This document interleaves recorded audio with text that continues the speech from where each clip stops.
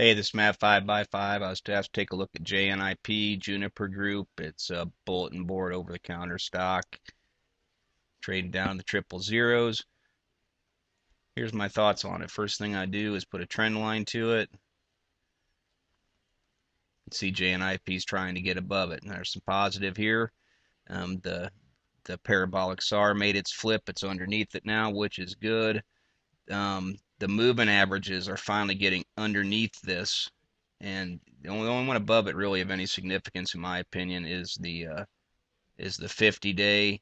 So if it breaks this trend line, it's obviously going to try and take a run at this 50 day. I like the other ones getting curled up underneath it to try and give it a little bit of support.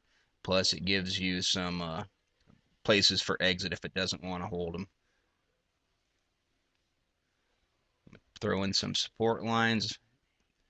Very solid support at 0005. And then a final support. I think that's actually just above 0004 by judging by the chart, but I'm sure that's what it is. Next thing I look at is this RSI. It's had a hard time ever since it made its move to get above 50. Right now, we want to see it break this trend line. This RSI will push through 50. See, it's a scaled down chart. I brought it down to a 6 month with somewhat limited indicators because I'm afraid of whipsaws and things like that with triple zero stocks. So I look for something that's a little bit more lengthy to give me a better feel for it. Um, but anyway, it's had a hard time holding above 50 since it's made its move. We want to see it get above there.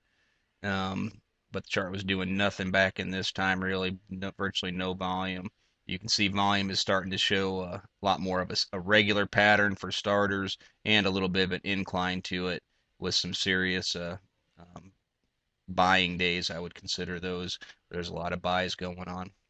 The other indicators, I don't think there's anything too crazy about them. The MACD kind of running right along the money line. It is staying slightly positive, which just tells you that the MACD is sitting on top of the 9 EMA. But we want to see the important thing there is we want to see it push through zero, get both of them, the MACD and the 9 EMA, back above zero to give this a little bit more strength. Full stow, we could put a trend line in here on this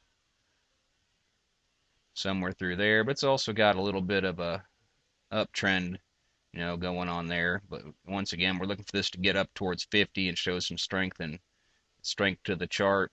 Your moving averages, I think, are set actually pretty decent for encouraging a push. PPO kind of the same thing. Histogram showing an uptrend to it. One thing that I do like is this ADX. It's down here in what they call a trading range. We want to see this start to curl up and get into a trend. It has plenty of room to make a move. It's about bottomed out. We're hoping that move is obviously going to go north. Got the positive DI turning and then heading breaking it back above 20. You got to be a little bit attentive to it, I guess, because of in this area, since it's made its move, a lot of little whipsaws going on, that sort of thing. What we're hoping for now is for this to show some strength and start to get the ADX moving north, keep the positive DI moving north, and get this thing trending a little bit. But I think it all starts with the break of this trend line. That we definitely want to see volume stay strong. Let the moving averages carry this thing through this trend line, and then get these other indicators that are lined up for a nice little move to happen. It's just gotta happen, and it starts for me with that break. So I'm Mav 5x5. There's my thoughts on JNIP.